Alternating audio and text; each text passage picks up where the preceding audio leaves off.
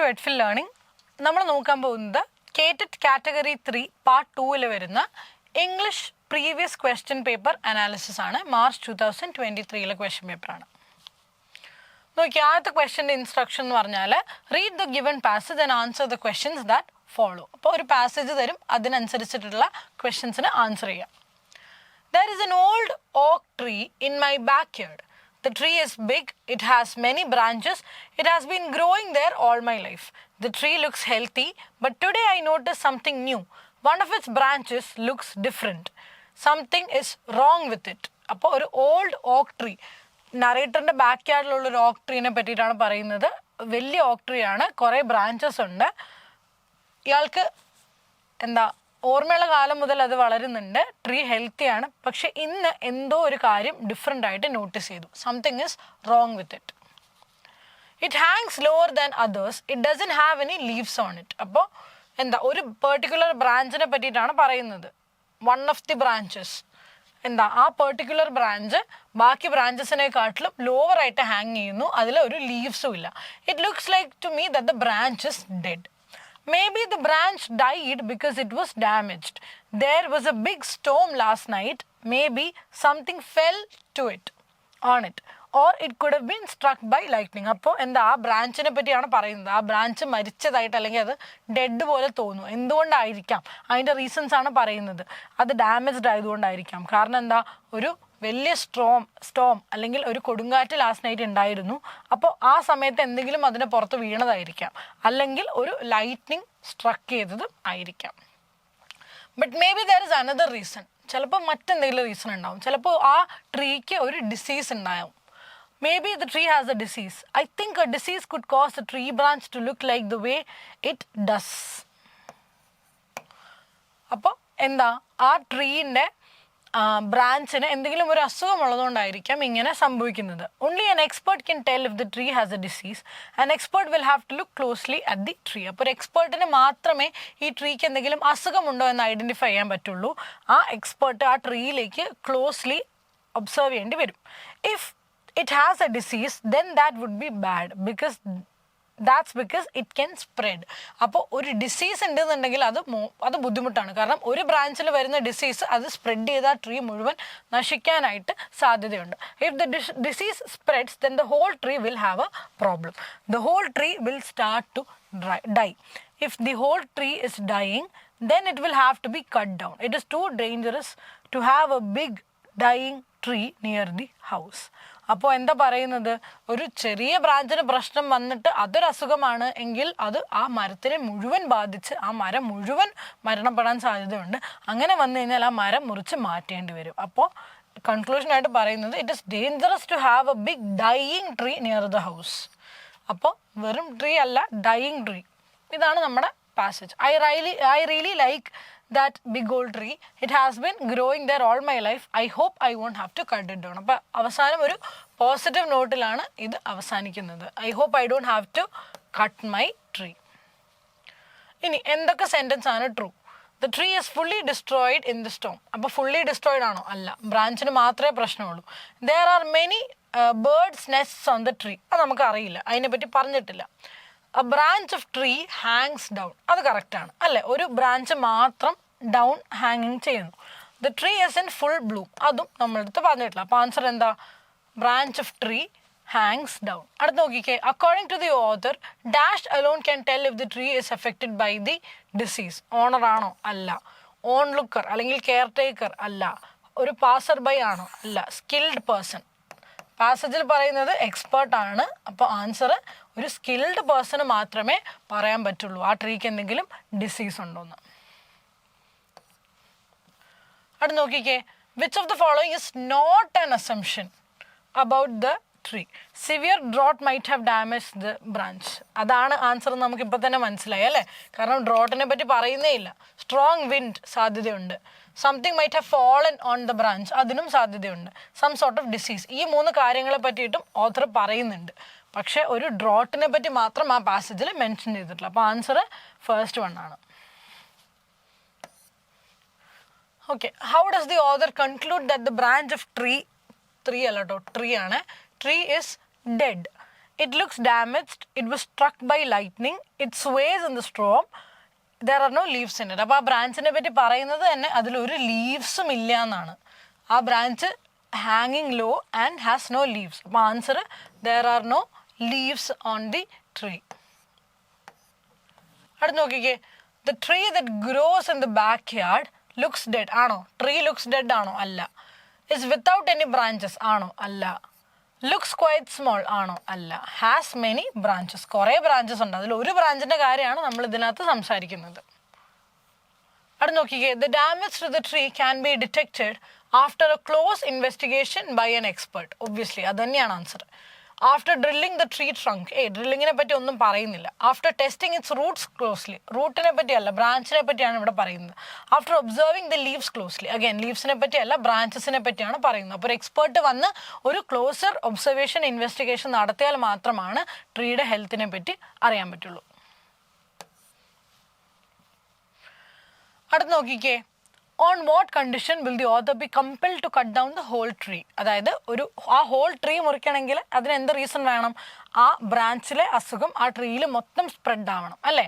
If the tree has the disease, if the whole tree is dying, if the branches are broken, if the trees are falling. ഇവിടെ ഈ രണ്ട് ആൻസേഴ്സും നമുക്ക് similar ആയിട്ട് തോന്നാം, പക്ഷെ കുറച്ചും കൂടി അപ്രോപ്രിയേറ്റ് ആയിട്ട് വരുന്നത് if the whole tree is dying, ആ മുഴുവൻ ട്രീനെയും അത് എഫക്റ്റ് ചെയ്യുന്നുണ്ട് എങ്കിലാണ് നമ്മൾ ആ ഹോൾ ട്രീ കട്ട് ചെയ്യുന്നതിനെ പറ്റി ഓതർ പറയുന്നത്.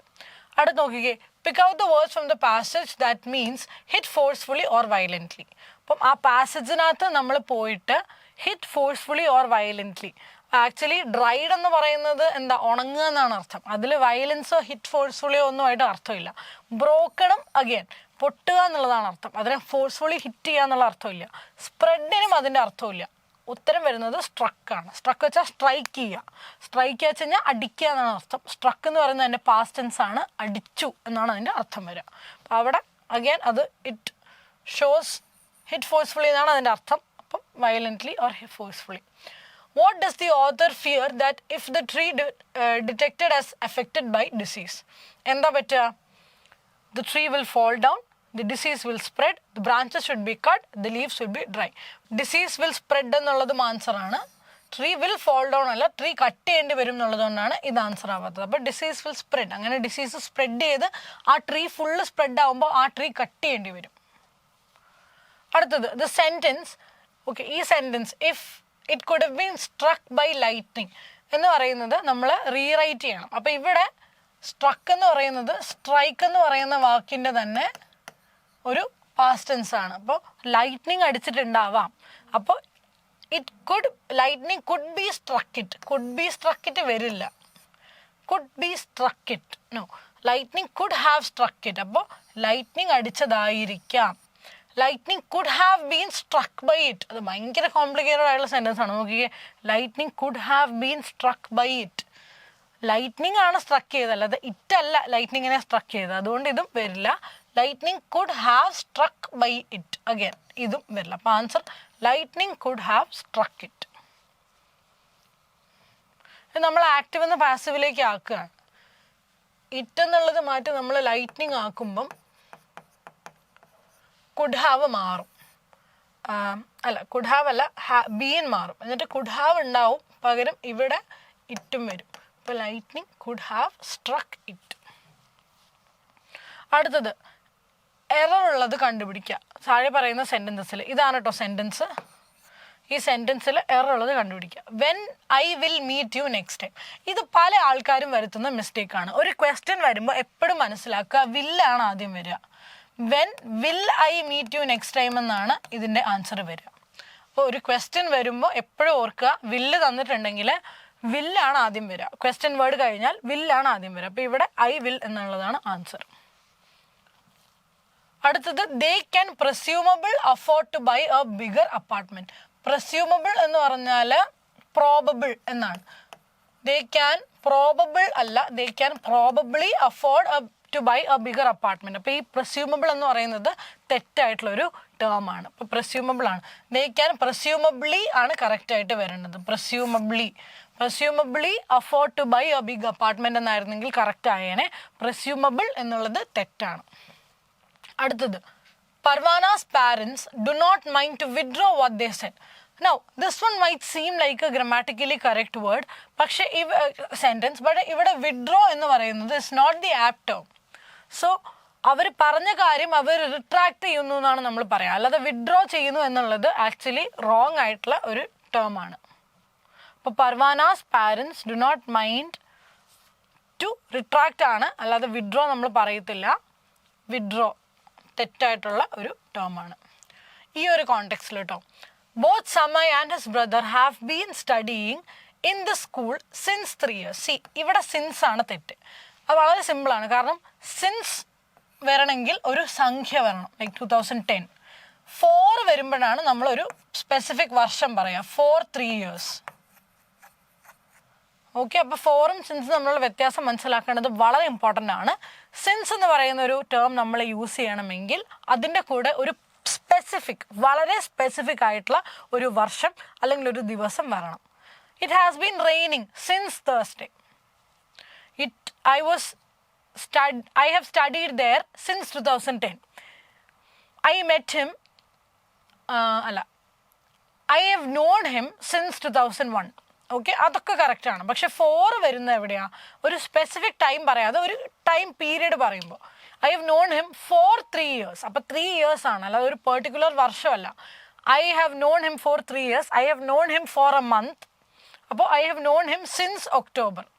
ഒരു പെർട്ടിക്കുലർ മന്ത് അല്ലെങ്കിൽ ദിവസം അല്ലെങ്കിൽ വർഷം പറയുമ്പോൾ അവിടെ സിൻസ് വരും. ഒരു ടൈം പീരീഡ് ആണ് പറയുന്നതെങ്കിൽ അവിടെ 4 വരും. അപ്പോൾ ഒന്ന് നോട്ട് ചെയ്തോണം. ടൈം പീരീഡ് ആണെങ്കിൽ എന്താ വരിക? 4 ആണ് വരിക. ആൻഡ് എന്താ പെർട്ടിക്കുലർ അല്ലെങ്കിൽ സ്പെസിഫിക് പോയിന്റ് ഓഫ് ടൈം ആണെങ്കിൽ അവിടെ നമ്മൾ സിൻസ് ആണ് യൂസ് ചെയ്യുക.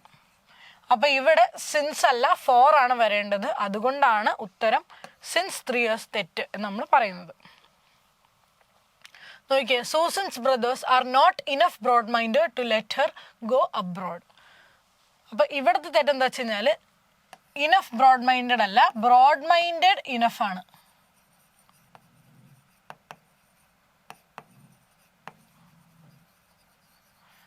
അത് നമ്മൾ ഓരോ വേർഡ്സ് അടുക്കി വെക്കുന്നതിൻ്റെ രീതി അനുസരിച്ചിരിക്കും. ഇവിടെ Susan's brothers are not broad minded enough to let her go abroad.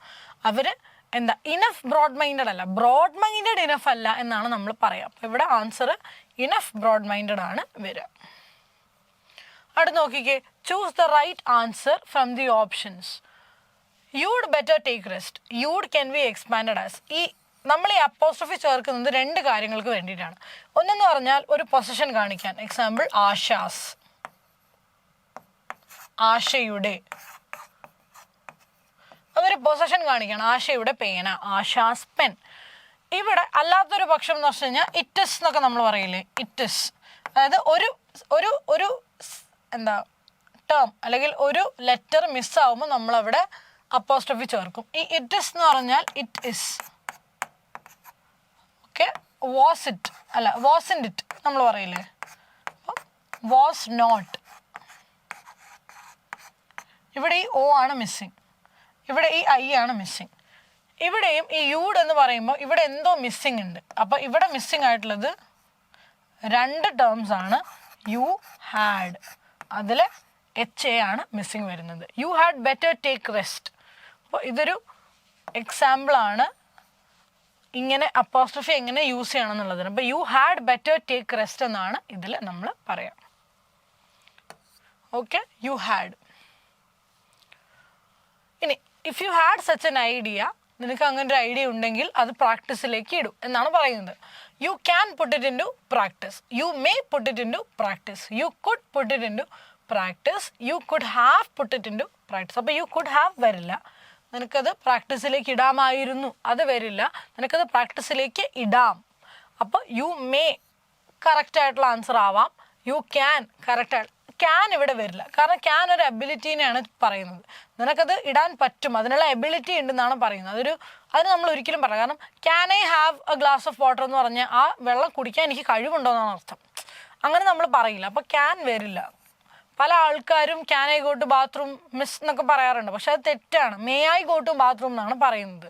കാരണം ക്യാൻ ഐ എന്ന് പറഞ്ഞാൽ എനിക്ക് അതിനുള്ള കഴിവുണ്ടോ, അത് നമ്മൾ ഗ്രാമാറ്റിക്കലി തെറ്റാണ്. മേ എന്തുകൊണ്ട് വരില്ല എന്ന് വെച്ച് കഴിഞ്ഞാൽ you may put it in to practice. അതിനെക്കാട്ടിലും ആപ്റ്റ് ആയിട്ട് വരുന്നത് യു കുഡ്. നിനക്ക് പറ്റുമെങ്കിൽ നീ അത് പ്രാക്ടീസിൽ ഇടൂ, നിനക്ക് അങ്ങനെ ഒരു ഐഡിയ ഉണ്ടെങ്കിൽ. അപ്പം മേ വരില്ല. അപ്പം കുഡാണ് ഇവിടെ കൂടുതൽ ആപ്റ്റ് ആയിട്ട് വരുന്ന ഒരു answer. You could put it in to practice. If you had such an idea you could put it in to practice. You may put എന്ന് പറയുന്നത് കുറച്ചും കൂടി ഒരു അധികാരത്തോട് പറയുന്ന പോലെയാണ്. അല്ല, you could put it in to practice. നിനക്ക് അങ്ങനെ ഒരു ഐഡിയ ഉണ്ടെങ്കിൽ, ഉണ്ട് എന്ന് ഉറപ്പാണെങ്കിലാണ് നമ്മൾ മേ ചേർക്കുക. ഓക്കെ, ഇഫ് യു ഹാഡ് പകരം if you have such an idea you may put it in to practice എന്ന് പറയാം. ഇവിടെ ഹാഡ് ആയതുകൊണ്ടാണ് നമ്മൾ കുഡ് യൂസ് ചെയ്യുന്നത്. അടുത്ത് നോക്കിക്കേ, the paper discusses dash political, economical and social issues. ഇവിടെ കുറച്ച് ടേംസ് തന്നിട്ടുണ്ട്. Sine die, inter alia, de facto, per se. അപ്പോൾ ഇവിടെ സൈൻ ഡി എന്ന് പറഞ്ഞാൽ ഒരു നിശ്ചിതമല്ലാത്തൊരു കാലത്തേക്ക് മാറ്റി വയ്ക്കുക എന്നാണ് അർത്ഥം. ഇന്റർ ആലിയ എന്ന് പറഞ്ഞാൽ അതർ ദാൻ ദാറ്റ്, അല്ലെങ്കിൽ among other things. among other things. D facto പറഞ്ഞാൽ ഇൻ ഫാക്ട്. പെർ സെ പറഞ്ഞാൽ ഇൻ എഫക്റ്റ്. അപ്പം ഈ മീനിങ്സ് ഒന്ന് നോട്ട് ചെയ്ത് വെച്ചോളൂ. ഇവിടെ the paper discusses political, social, economic, social issues. അപ്പോൾ ഒബ്വിയസ്ലി ഇവിടെ ആൻസർ വരുന്നത് ഇന്റർ ആലിയ ആണ്.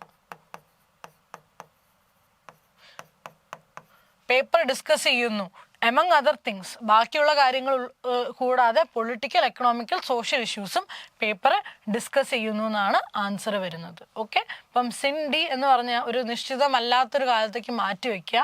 ഇതൊക്കെ ഒരു ലീഗൽ ടേംസിൽ വരുന്ന കാര്യങ്ങളാണ്, അതുകൊണ്ടാണ് നമുക്കിത് കുറച്ച് ബുദ്ധിമുട്ടുണ്ടാവുക. ഡി ഫാക്ടോ പറഞ്ഞാൽ ഇൻ ഫാക്ട്, പെർ സെ പറഞ്ഞാൽ ഇൻ എഫക്റ്റ്. ഓക്കെ, ഇപ്പം ഇന്റർ ആലിയാണ് നമ്മുടെ ആൻസർ. അടുത്ത് നോക്കിക്കേ, why don't you go to movies tonight. The sentence of language function. ഇതിന്റെ ലാംഗ്വേജ് ഫംഗ്ഷൻ എന്താണെന്നാണ്. Why don't you go to movies tonight. നിനക്ക് എന്താ സിനിമയ്ക്ക് വെക്കൂടെ? സ്റ്റേറ്റിംഗ് എ പ്രിഫറൻസ് ആണോ പറയുന്നത്? അല്ല. ഗിവിങ് ആൻ അഡ്വൈസ് സാധ്യതയുണ്ട് അല്ലേ. മേക്കിംഗ് എ ഗെസ്, അതും അല്ല. ഒരു ഗെസ് പറയാണോ? അല്ല. ഗെസ് പറയുന്നത് എന്താ? You must be 70 years old, അതൊരു ഗെസ്സാണ്. മേക്കിംഗ് എ സജഷൻ, അപ്പോൾ ഇതൊരു സജഷൻ ആണ്. ഒരു അഡ്വൈസ് ആണോ? അല്ല. അഡ്വൈസ് ആണെങ്കിൽ എങ്ങനെ വരും? ഗോ ടു മൂവീസ് ടുനൈറ്റ്, അതായിരിക്കും അഡ്വൈസിൻ്റെ ഒരു സ്വഭാവം. ഇതൊരു സജഷനാണ്. നിനക്ക് എന്താ സിനിമയ്ക്ക് പോയിക്കൂടെ, ഇന്ന് രാത്രി നിങ്ങൾക്ക് സിനിമയ്ക്ക് പോയിക്കൂടെ എന്നുള്ളതൊരു സജഷനാണ്. അപ്പം ഇതൊരു സജഷനാണ്. അടുത്ത്, this dash done in other countries. അപ്പോൾ ഇത് ബാക്കിയുള്ള കൺട്രീസിൽ ചെയ്തിരുന്നിരുന്നു. അപ്പോൾ ദിസ് ഹാസ് ബീൻ. അപ്പോൾ ഹാസ് ബീൻ വരുന്നത് എന്തുകൊണ്ടാണെന്ന് വെച്ച് കഴിഞ്ഞാൽ സിംഗുലർ ആയതുകൊണ്ടാണ് ഹാസ് ബീൻ വരുന്നത്. പ്ലൂറൽ ആയിരുന്നെങ്കിൽ ഹാവ് ബീൻ വന്നേനെ. അപ്പോൾ this has been done already ഉണ്ട്. അപ്പോൾ ഹാസ് നമുക്ക് ഇത് സിംഗുലർ ആയതുകൊണ്ട് ഹാസ് എഴുതണം എന്നറിയാം.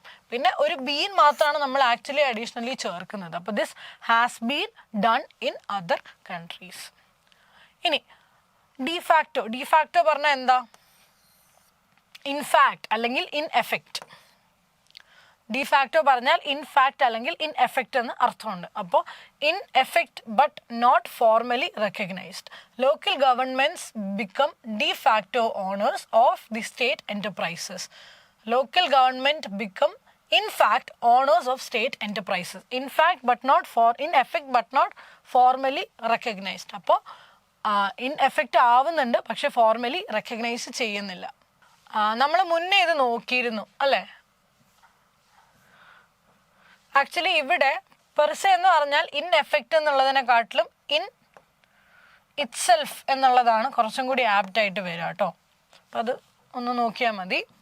അപ്പം ഇവിടെ ഇൻ എഫക്റ്റ് അല്ലെങ്കിൽ ഇൻ ഫാക്ട് ആണ് ഡിഫാക്ടോൻ്റെ അർത്ഥം. അപ്പോൾ ഇറ്റ് ഇസ് എഫക്റ്റിലുണ്ട്, പക്ഷെ ഫോർമലി റെക്കഗ്നൈസ് ചെയ്തിട്ടില്ല. അതുകൊണ്ടാണ് ഇവിടെ ഡിഫാക്ടോ വരുന്നത്.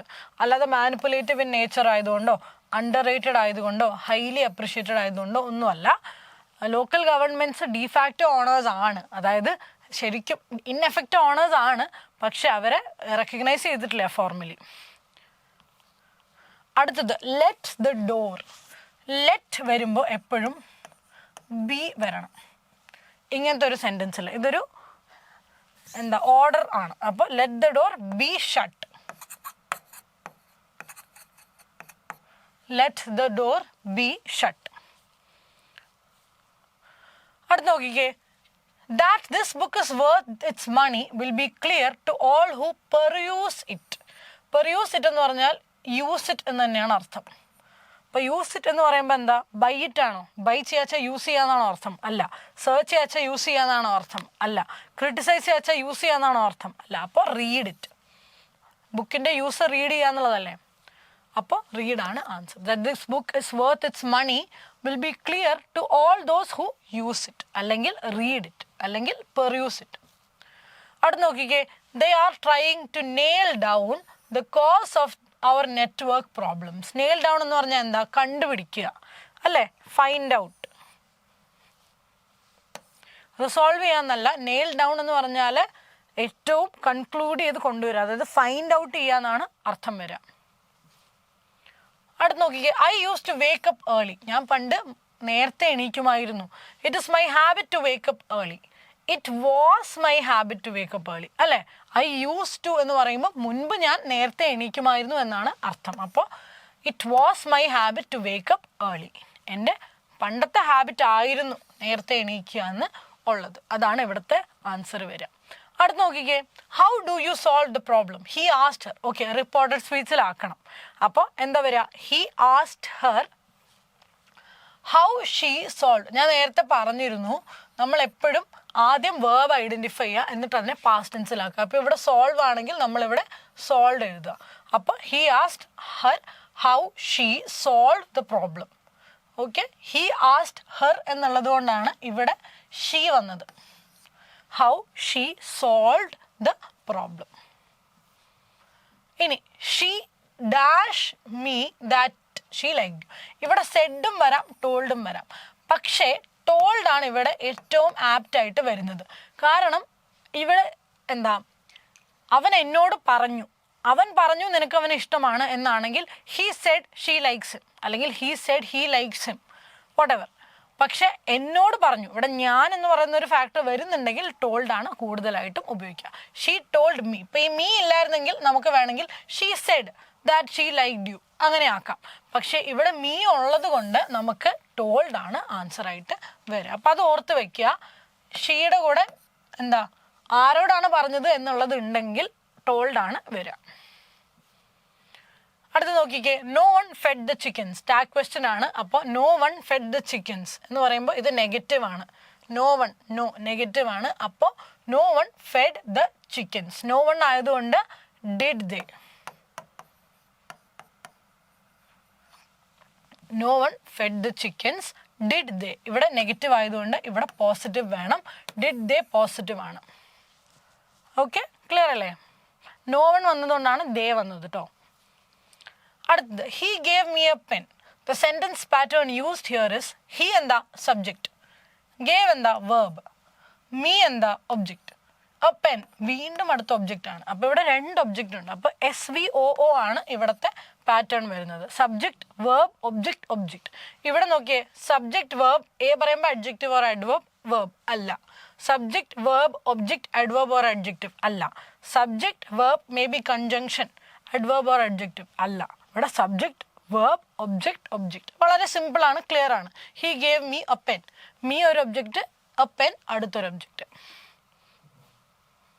ഇനി നോക്കിക്കേ, എമിർ is A Maverick film maker. Pick out the synonym for the word Maverick.